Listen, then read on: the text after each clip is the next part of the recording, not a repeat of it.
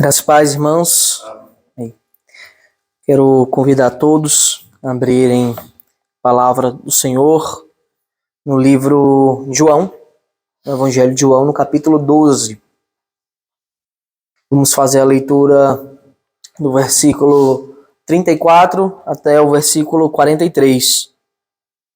É só você que encontrar a palavra e fazermos a leitura, mantenha ela aberta, porque nosso foco está totalmente na palavra de Deus e vamos recorrer a ela a todo instante. João, capítulo 12, do versículo 34 ao versículo 43.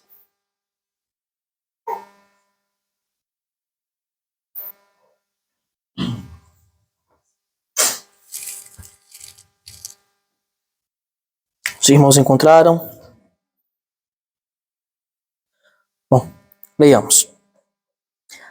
34. A multidão disse: Nós ouvimos da lei que o Cristo permanece para sempre. Como então você diz que é necessário que o Filho do Homem seja levantado? Quem é esse Filho do Homem? Jesus respondeu: Ainda por um pouco a luz está com vocês. Andem enquanto vocês têm a luz, para que não sejam surpreendidos pelas trevas. E quem anda nas trevas não sabe para onde vai. Enquanto vocês têm a luz, creiam na luz, para que se tornem filhos da luz. Depois de dizer isso, Jesus foi embora e ocultou-se deles. Embora tivesse feito tantos sinais na presença deles, não creram nele. Para se cumprir a palavra do profeta Isaías que diz: Senhor, quem creu em nossa pregação? E a quem foi revelado o braço do Senhor? Por isso não podiam crer, porque Isaías disse ainda: cegou os olhos deles e endureceu-lhes o coração, para que não vejam com os olhos, nem entendam com o coração, e se convertam e sejam por mim curados. Isaías disse isso porque viu a glória dele e falou a respeito dele. No entanto, muitos dentre as próprias autoridades creram em Jesus, mas por causa dos fariseus não confessavam, para não serem expulsos da sinagoga, porque amaram mais a glória dos homens do que a glória de Deus. Amém. Vamos orar. Senhor Deus, nós estamos agora, Pai, em Tua presença mais uma vez, porém diante da Tua santa palavra, Tua palavra que é viva e eficaz, Tua palavra que penetra o mais íntimo dos nossos corações, faz com que nós discernamos, Pai, entre o bem e o mal. Nós, ao sermos atingidos pela Tua santa palavra, somos convocados para prestar culto a Ti e dar toda glória a Ti, ó Senhor. E reconhecemos que somos falhos, somos pecadores. Nós Te pedimos, Senhor, nesse momento que o Senhor nos ajude a compreender essa porção santa da Tua palavra, para que as nossas vidas sejam transformadas, para que a nossa vida seja modificada para melhor, para a Tua glória. Em nome de Jesus, Pai, faz com que entendamos Tua santa mensagem. Abre os nossos olhos, desvenda-nos, Pai, as grandiosidades, as belezas do Teu Evangelho, para que te sirvamos com fidelidade, com alegria, com santo temor, para que a nossa vida seja para Ti. Em nome de Jesus, é assim que eu te peço, Senhor. Amém. Meus irmãos, capítulo 12 de João, um capítulo um tanto extenso, com muitas informações importantes. Nós vimos no início do capítulo a entrada triunfal de Jesus. Aquele momento em que Jesus sabia que estava entrando em Jerusalém para a última Páscoa. Ele sabia que ele estava entrando agora como Cordeiro Pascal. Aquele Cordeiro que havia de morrer, aquele Cordeiro que havia de derramar o seu sangue em favor de muitos. Sua entrada triunfal sobre o jumentinho, um filho de uma jumenta, com toda a multidão que estava em Jerusalém, cantando ao Senhor: Hosana, Hosana, bendito aquele que vem em nome do Senhor. Bendito aquele que é rei de Israel. E aclamado pela multidão. A multidão que, poucos dias depois, estaria clamando: crucifica-o, crucifica-o. Reconhecia que ele era o Cordeiro, o Cristo, porque o Senhor tinha feito tão grande sinal naquele dia, que ninguém podia dizer o contrário. O Senhor Jesus entrou triunfalmente em Jerusalém. E a sequência do texto nos mostra que havia alguns gregos que desejavam conhecer Jesus. Significava que agora os domínios do seu reino iam transcender a geografia de Israel. Agora o Senhor estava a ponto de congregar todos de todos os lugares do mundo que crescem na sua obra em um só corpo. Não seria Israel mais uma nação geográfica, mas agora uma nação espiritual. E aqueles gregos, representando o povo gentílico, gentios, aqueles que eram de fora da comunidade de Israel, ansiavam por Cristo. Naquele momento Jesus entende: olha, agora chegou o momento. A partir daquele momento, Jesus não falava mais: ainda não é chegada a hora, ainda por um pouco vocês vão esperar até o Filho do Homem se levantar. Não, agora chegou a hora. Agora chegou a hora. E nós vimos nos versículos seguintes, a partir do 27, como o Senhor ficou angustiado com aquilo. Minha alma está profundamente angustiada. E ele exclama: que direi eu então? Pai, livra-me desta hora. Eu serei afastado desse momento. E ele mesmo responde: não, pois foi precisamente para essa hora que eu vim. O Senhor Jesus estava para entregar sua vida em nosso favor. E ele, falando àquela multidão, diz: olha, eu sou filho do homem e eu vou ser levantado. E quando eu for levantado, se referindo à cruz, eu vou atrair todos a mim. Todos serão atraídos. E a gente sabe que todos, de fato, serão atraídos. Os crentes de todos os lugares do mundo serão congregados em um só corpo. Mas por causa de tamanha obra do Senhor e da rejeição dos ímpios, aqueles ímpios que rejeitaram também um dia serão atraídos, estarão diante do Senhor, diante do seu trono, prostrados, porém, apenas esperando a sentença que lhes cabe, que é: apartai-vos de mim, malditos. Porque eles rejeitaram o Senhor, eles rejeitaram o ministério de Cristo, eles rejeitaram a salvação oferecida de graça pelo nosso Deus. O Senhor agora estava angustiado, porque ele estava para receber em si mesmo a pena que cabia a nós, cabia a mim, cabia a vocês. O Senhor estava angustiado. O versículo 34 conta agora a indagação da multidão com as palavras de Cristo. Eu serei levantado e atrairei todos a mim. O versículo 34 diz assim: a multidão disse: nós ouvimos da lei que o Cristo permanece para sempre. Olha, nós ouvimos da lei que o Cristo permanece para sempre. Como então você diz que é necessário que o Filho do Homem seja levantado? Quem é esse Filho do Homem? A indagação da multidão. A gente ouviu que o Cristo permanece. E como permanece, eles estão... É uma coisa contínua. Ele não morre, ele fica permanente. Ele assume o trono para sempre. Como é que você está dizendo então que você vai morrer? Como é que você está dizendo então que você vai ser levantado? É o sinônimo da morte. Se nós lemos a lei, se nós lemos nos Salmos, se nós lemos que o Cristo, aquele que se assenta no trono de Davi, ele se assenta para sempre. Se é para sempre, então como é que você morre? Essa é a tentativa que aqueles judeus tinham de refutar Jesus. Eles tentavam refutar as palavras de Jesus, dizendo: isso que você está dizendo é mentira, é falso. Eles julgavam ter o argumento irrefutável. Eles julgavam ter o melhor argumento para combater o ministério de Cristo. Eles fizeram isso em outros momentos. A gente viu na exposição de João. E aqui está expresso a arrogância máxima dos religiosos naquela época. Bem como essa arrogância ainda permanece nas nossas eras, quando pessoas que não têm um compromisso com estudar a palavra de Deus, quando pessoas que não estão nem aí para a sã doutrina, fazem questão de trazer as suas opiniões ímpias e más, contrárias à palavra de Deus, onde quer que estejam. Na internet, nas conversas, nas rodas de amigos. Eles fazem questão de trazer as falsas doutrinas.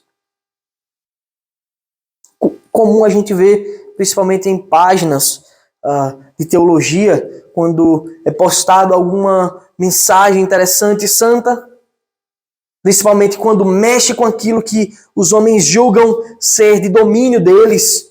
Afinal, os homens querem tirar a soberania de Deus e colocar em si mesmos. Quando olha, Deus escolhe os seus eleitos antes da fundação do mundo.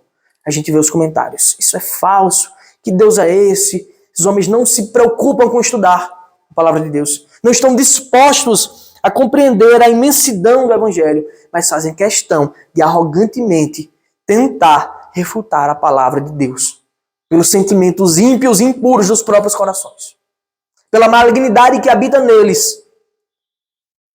E pasmem, a maioria desses são ditos membros de igreja, são ditos crentes, são ditos evangélicos. Não se importam com a sã doutrina, não se importam com aquilo que a Escritura diz, mas sim com que o coração deles está movido para crer.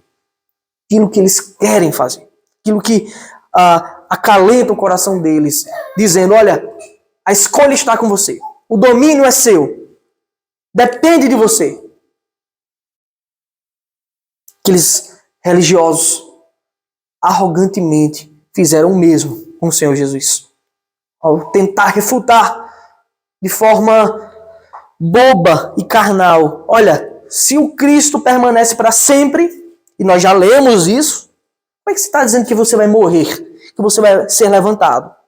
E ainda desdenham. A última sentença desse versículo é uma pergunta: quem é esse filho do homem? Num tom de piada.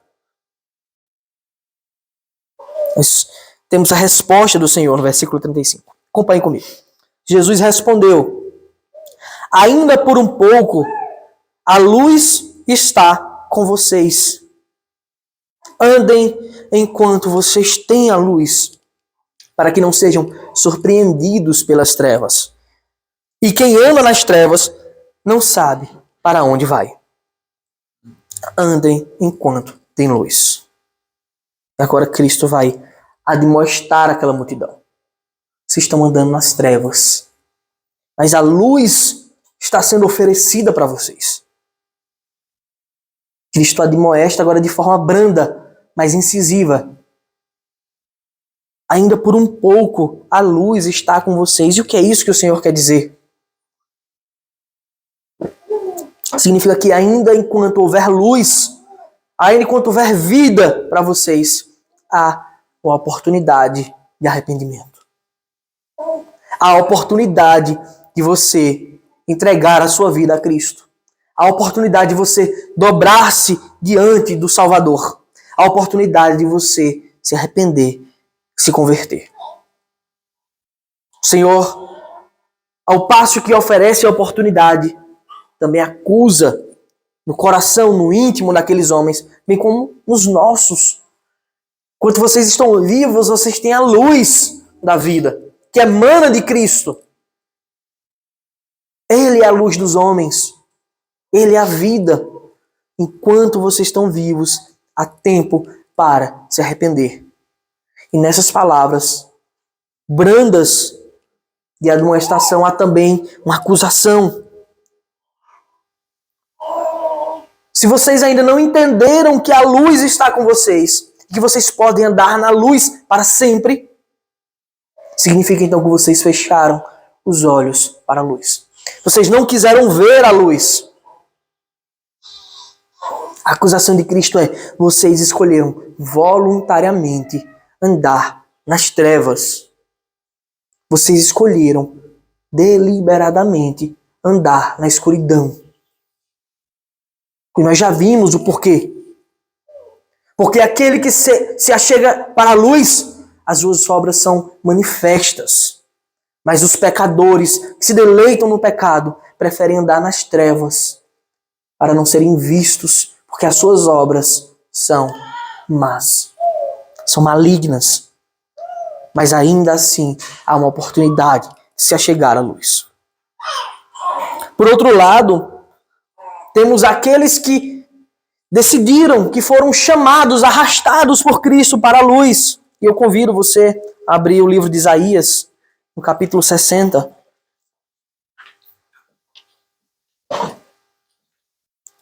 Isaías, capítulo 60, para lermos o que está escrito entre os versículos 19 e 21.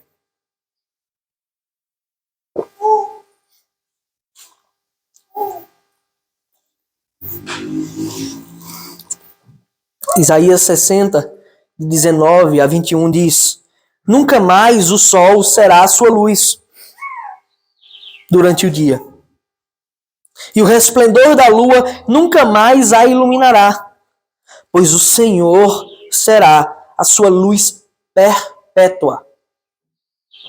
O sol não mais será a nossa luz, a lua não mais iluminará a noite, mas o próprio Senhor será a nossa luz perpétua, pela eternidade. E o texto continua: e o seu Deus será a sua glória. O seu sol nunca se porá, e a sua lua nunca minguará, porque o Senhor será a sua luz perpétua. E os dias do seu luto chegarão ao fim. Ou seja, não haverá mais morte, não haverá mais o pranto do luto. Todos os do seu povo serão justos, e para sempre herdarão a terra. Serão renovos que eu plantei, obra das minhas mãos, para que eu seja glorificado. Olha, o Senhor está oferecendo a luz perpétua. O Senhor está oferecendo não mais passarmos pelo luto, pela tristeza, pelo pranto. O Senhor está nos oferecendo um renovo, sermos novos para sempre.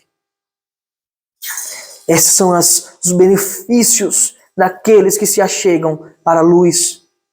Daqueles que se achegam em Cristo, terá vida eterna, terá luz por toda a eternidade. Terá o próprio Deus como seu luzeiro perpétuo. Mas o Senhor faz tudo isso por amor de nós, sim. Mas o texto deixa claro, para a sua própria glória. Porque Ele é Deus, porque Ele é soberano, porque Ele é digno de toda a glória. Esses são os que se achegam para a luz. O texto de João continua: ainda por um pouco a luz está com vocês. Mas na frente ele diz: para que não sejam surpreendidos pelas trevas. A luz é oferecida, ainda por um pouco a luz está com vocês. Andem enquanto vocês têm luz. Por quê?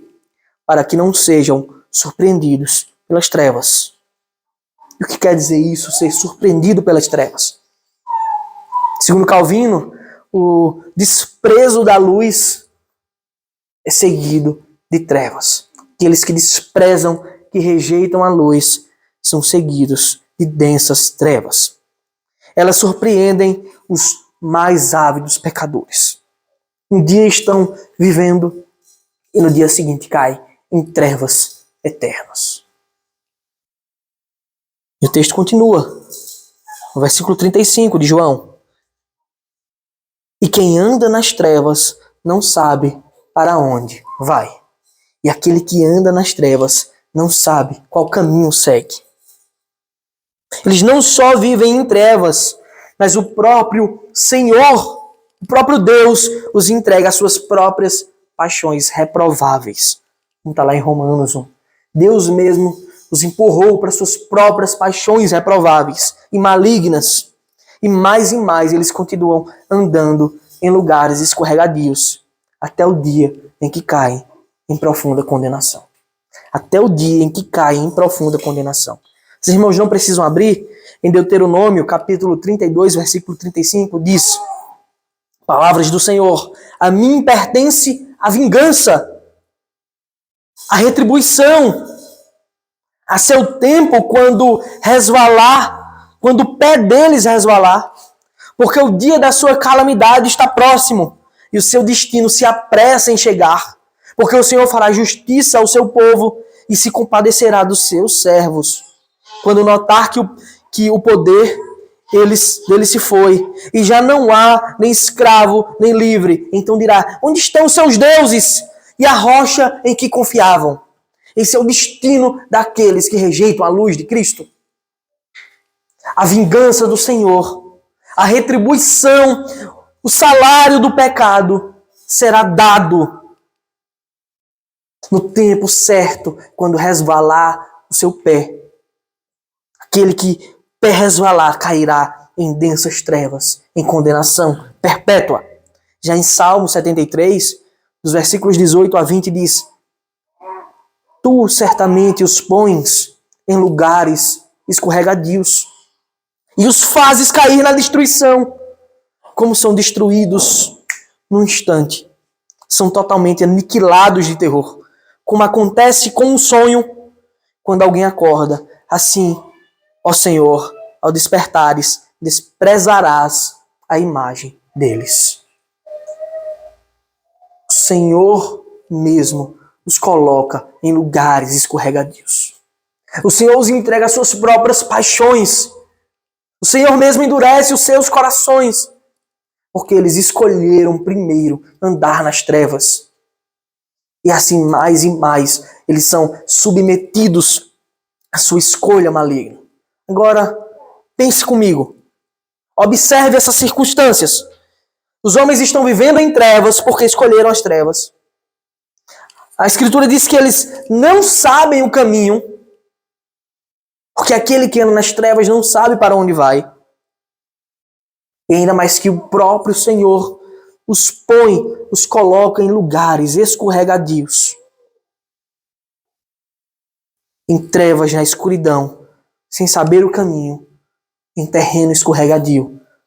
Só resta um destino para eles, que é a queda, que é a morte, que é a condenação eterna e merecida pelos seus atos malignos e iníquos. Nós devemos ter sempre em mente isso. Nós devemos pregar essa grande verdade. Ainda por um pouco, a luz está com vocês. Esse é um alerta, meus irmãos. Esse é um alerta de aproveite a oportunidade. O tempo é hoje. Esse alerta é duplo. É para os ímpios e para a igreja. Para os ímpios é converta-se, senão você vai ser condenado. E para a igreja, para os crentes é se santifiquem, pois eu sou Deus zeloso. Eu sou um Deus santo. Nas palavras de Riley, ele diz que a porta da salvação não ficará aberta para sempre. Chegará um dia que a porta da salvação será fechada e não haverá mais possibilidade. A graça encerrará a sua atuação e após isso se seguirá o juízo. E após isso virá o juízo de Deus sobre todos. Se quem anda nas trevas, como está escrito, não sabe para onde vai, o contrário tem que ser verdadeiro. O oposto a isso tem que ser verdadeiro. Então, se você diz andar na luz, então significa dizer que existe uma trilha iluminada. Existe um caminho aberto, claro, para se seguir. E a pergunta que eu faço para você, que se diz servo do Senhor, é: você tem seguido por esse caminho claro, sem escuridão, sem deixar o pé tocar nas trevas? O tempo nosso, curto, nosso tempo aqui é limitado, é passageiro. Portanto, nós somos convocados pelo Senhor a gastar o nosso tempo com sabedoria, com zelo, com discernimento entre o bem e o mal, entre o certo e o errado. Existem pessoas vivendo há anos na igreja, levando o título mundo afora de crentes, de evangélico, mas eles mal conhecem a palavra de Deus. Não têm intimidade nenhuma com a sã doutrina, com a escritura do Senhor. Eles desprezam aquilo que o Senhor os deu, a palavra de Deus. Aqui não contém a palavra de Deus, aqui é a palavra de Deus. Eu pergunto a você, você pode afirmar, você que se diz cristão verdadeiro, autêntico, sem nenhum peso na consciência, você pode afirmar que fez de tudo, deu o seu melhor para a igreja de Deus, deu o seu melhor para o Senhor. Afinal, Ele entregou o seu Filho por amor. O que é que você tem entregado para Ele? O que é que você tem dedicado na sua vida para o Senhor? Você tem condições de, quando estiver à beira da morte, ou ainda hoje, de dizer que você tem guardado a fé, guardado a carreira, caminhado corretamente, sem andar pisando nas trevas, mas andar no caminho plano e claro da luz? Você tem convicção, você pode se apresentar diante de Deus com a convicção de que tem vivido uma vida santa e justa?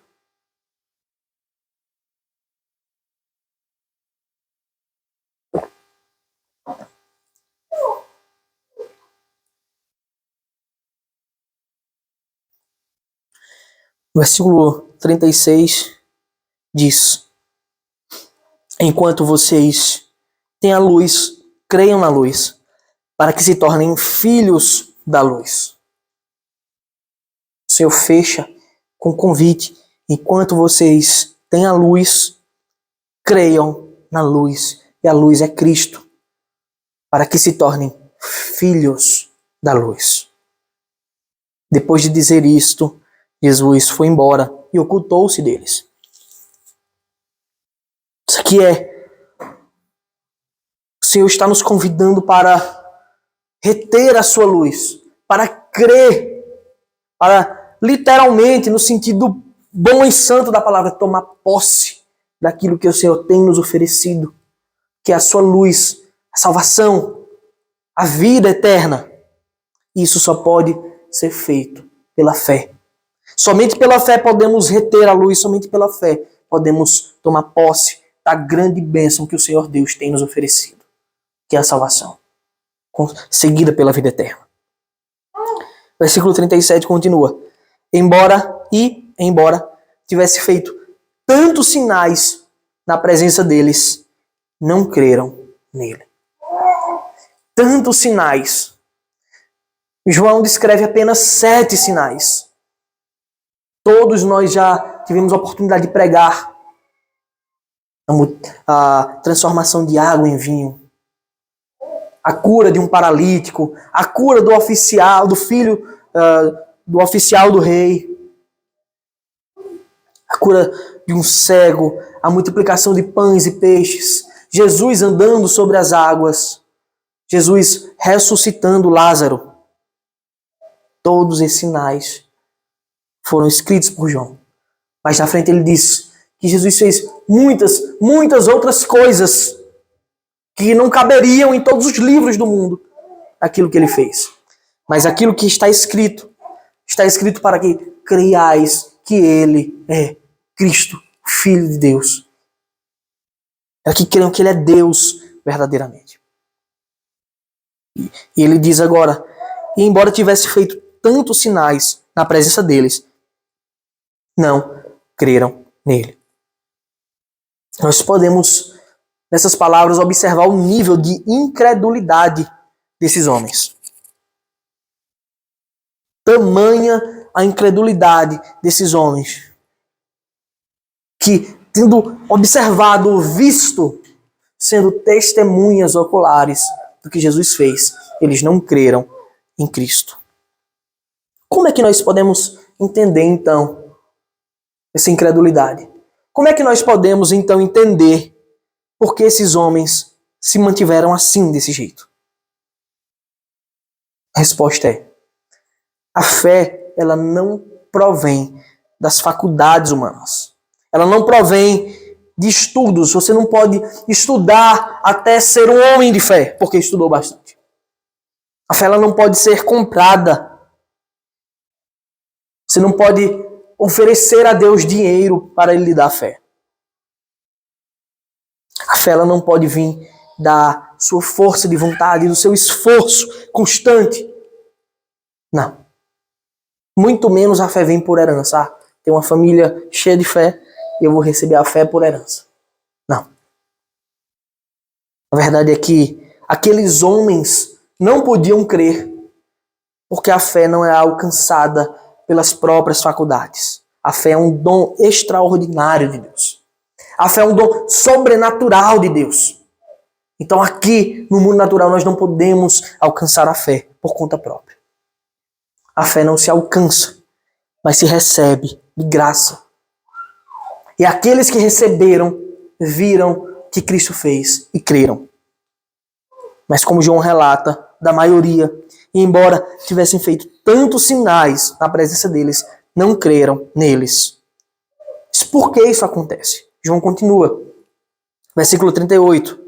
Para se cumprir a palavra do profeta Isaías, que diz, agora ele vai citar o que Isaías escreve no capítulo 53, versículo 1.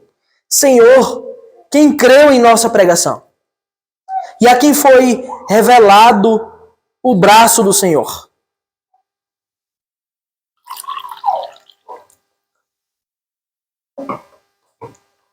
Agora, João está explicando por que aqueles homens não creram. E ele leva agora a gente ao passado, aquilo que Isaías tinha escrito nesse famoso capítulo 53, onde relata a obra de Cristo, o seu sacrifício na cruz. O texto começa dizendo, Senhor, a indagação de Isaías, quem creu em nossa pregação? E a segunda pergunta, e a quem foi revelado o braço do Senhor? Em primeiro lugar, João afirma que essa descrença desses homens é cumprimento da pergunta de Isaías. Em segundo, nós podemos observar as duas perguntas feitas. A primeira pergunta é, Senhor, quem creu em nossa pregação? Quem acreditou na pregação? E observe que o capítulo 53 de Isaías, ele fala justamente da entrega de Cristo na cruz em nosso lugar. Ele foi transpassado pelas nossas transgressões. Ele foi moído pelas nossas iniquidades. O castigo que nos traz a paz estava sobre ele. E pelas suas pisaduras fomos sarados. Fala da entrega de Cristo, do seu sacrifício. Isaías pergunta, quem creu em nossa pregação? Que pregação? A pregação do Evangelho, do Cristo crucificado. Isaías está admirado como tantos rejeitam o Senhor. Mesmo ele prevendo a obra perfeita do Cordeiro, séculos antes ao escrever isso, ele fica admirado. E ele faz essa pergunta, que é o mesmo que dizer, afinal, quem é que vai crer no Senhor? Quem vai crer no Evangelho? E ele complementa essa pergunta com mais uma pergunta. E essa agora deve trazer luz para o nosso entendimento de muita coisa. Ele pergunta, e a quem foi revelado o braço do Senhor? O que Isaías quer dizer com essas palavras? E a quem foi revelado o braço do Senhor? A verdade é que para alguém crer, para que alguém tenha fé verdadeira, é necessário que lhe seja revelado. É necessário que aquilo lhe seja exposto. Mas aqueles homens viram. Então ser revelado é algo muito mais do que ser simplesmente testemunha ocular. Essa é a obra do Espírito Santo de Deus, que atua no coração daqueles que, ao ouvirem a palavra de Deus, creem, porque o Espírito Santo revelou, tirou as vendas para que pudéssemos ver. Veja, Isaías pergunta séculos antes, quem creu em nossa pregação? E mais, e a quem foi revelado? Isso significa que não foi revelado a todos, mas apenas a um grupo. essa revelação foi feita apenas aos eleitos. Ao contrário disso, se fosse a todos que fosse revelada, a pergunta de Isaías seria totalmente sem nexo, desprovida de sentido. E ele pergunta a quem foi revelado o braço do Senhor. Essa expressão, braço do Senhor, braço significa poder, força, e a quem foi revelado o poder do Senhor. Em outras palavras, a quem foi revelado o poder de Deus. Mais na frente, Paulo diz que o Evangelho é o poder de Deus para a salvação de todo aquele que crê. Primeiro do judeu e também do grego. A quem foi revelado o Evangelho. E a verdade é que muitos são deixados em suas próprias cegueiras porque escolheram viver nas trevas. E o Senhor os coloca para ter uma disposição mental reprovável, para praticarem coisas inconvenientes, para imergir mais na sua escolha maligna de trevas. Eles escolheram isso. Eles escolheram viver nas trevas e se orgulham de sua maldade. Nessas palavras, meus irmãos, há verdadeiro consolo para os crentes. Se muitos não creram, ouvindo da boca do próprio Senhor Jesus que pregava, que dirá de nós quando nós pregamos o Evangelho e alguém rejeita o Evangelho? Afinal, João 13, o capítulo seguinte, versículo 16, deixa claro: em verdade lhes digo que o servo não é maior do que o seu senhor, nem um enviado maior do que aquele que o enviou. Se o próprio Senhor ao pregar, muitos não creram, que dirá de nós, seus servos, menores que ele? O fato é que é o Espírito Santo quem revela a cada eleito o Evangelho. É o Espírito Santo que dá a fé. O Espírito Santo que entrega a verdadeira crença, a compreensão, o crer para ser salvo. Por isso que muitos ouviram, mas não creram. Muitos viram os sinais que o Senhor fez. E por mais óbvios e evidentes que fossem, um homem chamar um morto à vida, um homem andar sobre as águas, transformar água em vinho, curar um cego de nascença, fazer todas essas coisas, por mais óbvio que só Deus pode fazer isso, aqueles homens eram incapazes de crer, pois só o Espírito Santo pode trazer a eles essa luz da verdade. Por isso não podiam crer. Versículo 39. Por isso não podiam crer, porque Isaías disse ainda: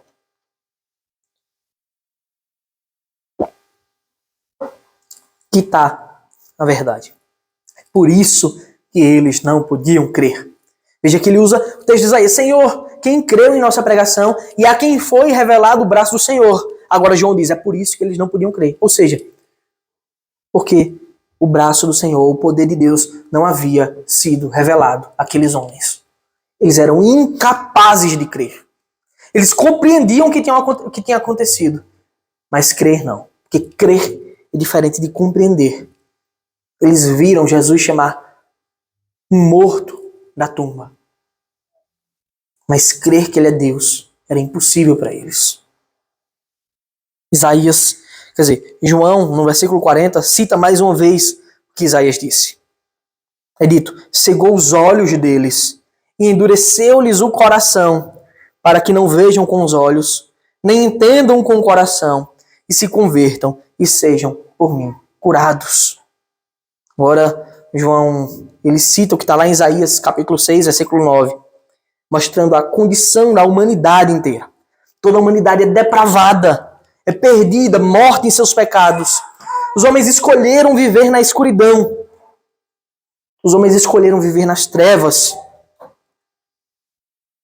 Mas o Senhor havia eleito alguns homens para a salvação antes da fundação do mundo. Cristo foi apresentado como cordeiro a eles. Mas agora os réprobos, os reprovados, os não eleitos, agora eles estavam com o coração endurecido. E eles permaneceram em seu estado que escolheram viver de trevas, porque eles amaram mais as trevas do que a luz. E é por isso que Deus entrega a eles a mesma disposição mental da qual escolheram viver. Cegando-lhes os olhos, eles já não podiam ver, ficaram mais cegos ainda. Endurecendo-lhes o coração, para que não vejam com os olhos, nem entendam com o coração, e se convertam e sejam curados. Essas palavras são grandiosas para nós, porque significa que grande amor nos amou. O grande amor de Deus nos atingiu a ponto de nós termos sido tirados dessa situação triste e perversa. O versículo 41 mostra o motivo pelo qual Isaías escreve isso. O versículo 41 diz: Isaías disse isso porque viu a glória dele e falou a respeito dele. Por que Isaías disse isso? Porque ele viu a glória de Deus. Eu quero convidar você a abrir a sua Bíblia agora no livro de Isaías, no capítulo 6. Acompanhe atentamente comigo essas palavras. Isaías, capítulo 6, do versículo 1 ao versículo 9.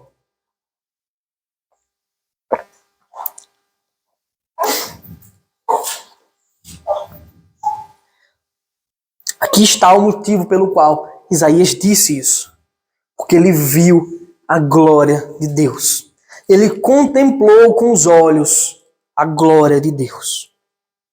Está escrito, Isaías 6:1. No ano da morte do rei Uzias, eu vi, olha a expressão, eu vi o Senhor assentado sobre um alto e sublime trono. Ele foi levado para uma visão. E as abas de suas vestes enchiam o templo. Serafins estavam por cima dele. Cada um tinha 6 asas, com 2 cobria o rosto, com 2 cobria os pés e com 2 voava. E clamavam uns para os outros, dizendo: Santo, Santo, Santo. 3 vezes santo. A Trindade sendo revelada agora como infinitamente santa, pura. Santo, Santo, Santo é o Senhor dos exércitos. Toda a terra está cheia da sua glória. Toda a terra é cheia da glória de Deus. Os umbrais das portas se moveram com a voz do que clamava, e o templo se encheu de fumaça. Então eu disse: olha agora a expressão de Isaías ao contemplar a glória de Deus. Enquanto uns dizem ter intimidade com Deus, eu converso com Deus do meu jeito, de qualquer forma. Outros dizem que teve uma visão e falou com Deus. Esses ímpios, malucos, que deturbam a palavra de Deus. Olha aqui o que Isaías escreve ao ver a glória de Deus. Então eu disse: ai de mim, estou perdido. Que Isaías imaginou que naquele momento ele seria consumido, morto, fulminado pela glória de Deus. Mas por que Isaías disse Deus é bom? Deus é santo? E a resposta é justamente essa. O fato de Deus ser santo, santo e santo,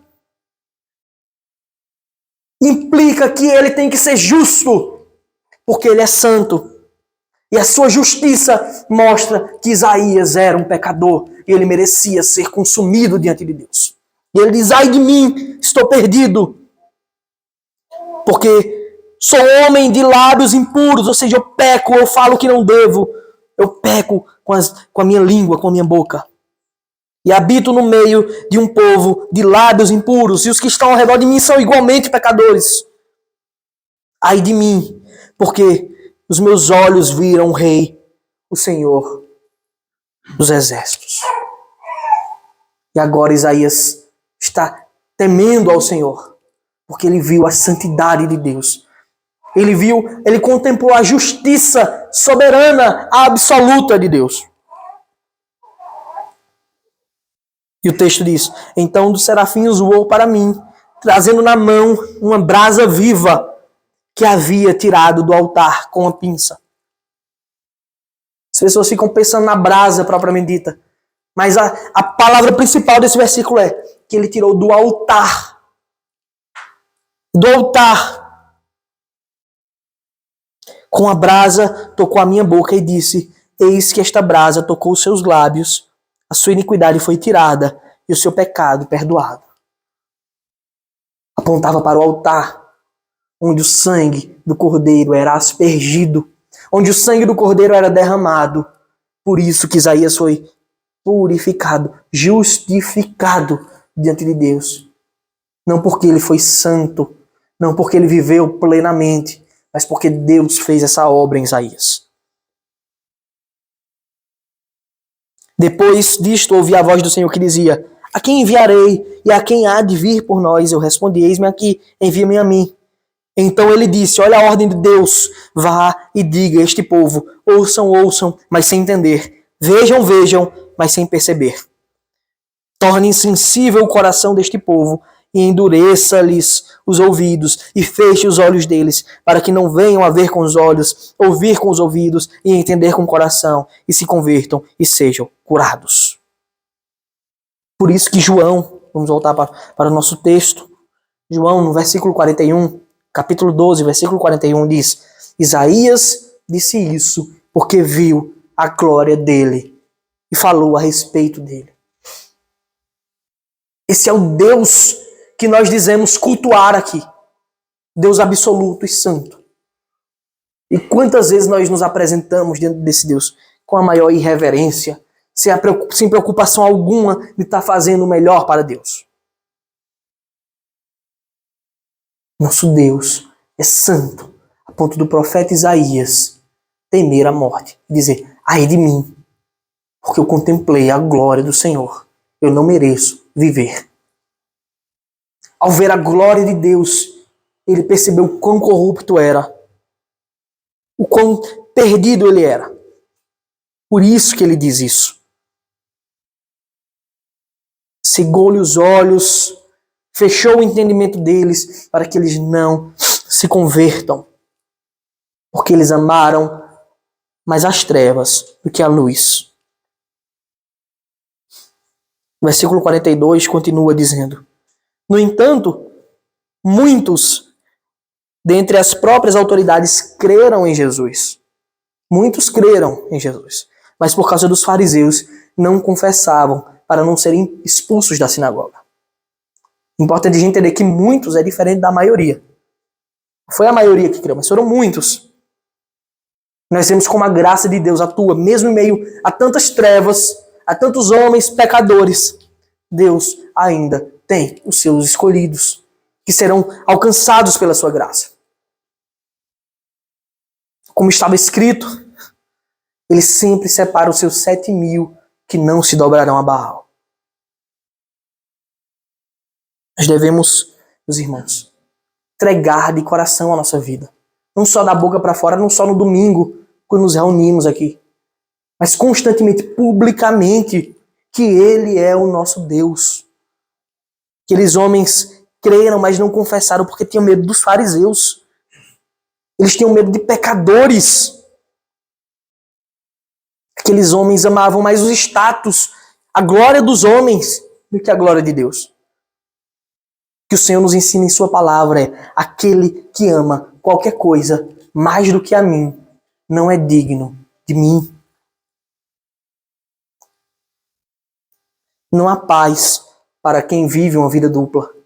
Nas palavras de J.C. Ryle, ele diz: e assim eles passam os anos ocultamente intranquilos, insatisfeitos consigo mesmo, sabendo demais acerca da religião para serem felizes no mundo e apegando-se demais ao mundo para apreciarem o verdadeiro cristianismo. Esse é aquele que vive uma vida dupla, que creu, mas não publica, não vive como um crente verdadeiro. Uma vida de inquietude. E a verdade é que esses homens, assim como hoje, muitos que compreendem, que creem e não dedicam sua vida a Cristo, eles fazem isso pelo mesmo motivo que João escreveu o versículo 43. Está escrito: porque amaram mais a glória dos homens do que a glória de Deus. Não há nada mais fútil, absolutamente nada mais fútil do que dar valor, do que preferir a glória, o amor, o louvor dos homens, no lugar de preferir as virtudes perfeitas, santas, infinitas, imutáveis de Deus. Não há nada mais fútil do que amar mais a glória dos homens do que a glória de Deus. Aqueles homens, os fariseus, homens maus, eles alcançavam isso com ameaças. Eles tinham dito que aqueles que confessassem Jesus ser o Cristo, eles seriam expulsos da sinagoga. Eles foram ameaçados de excomunhão, de ser excomungados da igreja. A falsa excomunhão. Aqueles homens estavam sendo acusados de serem hereges se eles seguissem a Cristo. Ainda hoje, vocês podem ser acusados de tudo por seguir a Cristo. Você não é mais alguém da nossa roda de amigos. Você não é mais o cara legal. Você não é o cara mais que compactua com o nosso estilo de vida. Você não tem mais o mesmo padrão que o nosso. E muitas pessoas preferem o status, a glória dos homens, as amizades, as infidelidades, o pecado, do que a glória de Deus. A gente deve pensar, principalmente quando for no âmbito religioso, se você segue a Cristo verdadeiramente, se professa ser Jesus o Cristo, essa excomunhão é falsa. Assim como os reformadores foram excomungados da Igreja Católica, não queria dizer absolutamente nada. Porque fazer parte da Igreja de Deus não é prerrogativa de um homem escolher quem faz e quem não faz, mas Deus chamar os seus eleitos. A Igreja Católica podia fazer milhões de bulas. O Papa podia falar o que quisesse. Se ele não pode excomungar ninguém. Que uma vez que o Senhor escreveu o seu nome no livro da vida, desde a eternidade, esse livro não pode ser apagado. Nós somos exortados por essa palavra a temer verdadeiramente a Deus. O Deus sábio, esse Deus que Isaías temeu, quando viu a sua santidade infinita, quando viu que a sua glória enchia toda a terra, quando foi aberto os olhos dele para enxergar no nível que nós não enxergamos. Ele disse, ai de mim, ai de qualquer um de nós, se não nos dobrarmos esse Deus, se não seguirmos verdadeiramente esse Senhor. Ele tem nos convidado, viva na luz, viva em santidade, ande pelos caminhos claros e planos. Nós devemos temer a Deus. É isso que é ser sábio. O homem sábio, ele teme a Deus, porque o temor do Senhor é o princípio da sabedoria. Sem temer a Deus, qualquer homem é tolo. Tolo no mais grau nível de tolice. Mais alto grau nível de tolice. Nós somos chamados para confessar publicamente que Ele é o nosso Senhor e Salvador. Nós somos chamados para mudar de vida, para viver para a sua glória. Para isso que nós somos chamados. Que o Senhor nos ajude. Amém. Vamos orar. Convido você a se colocar de pé.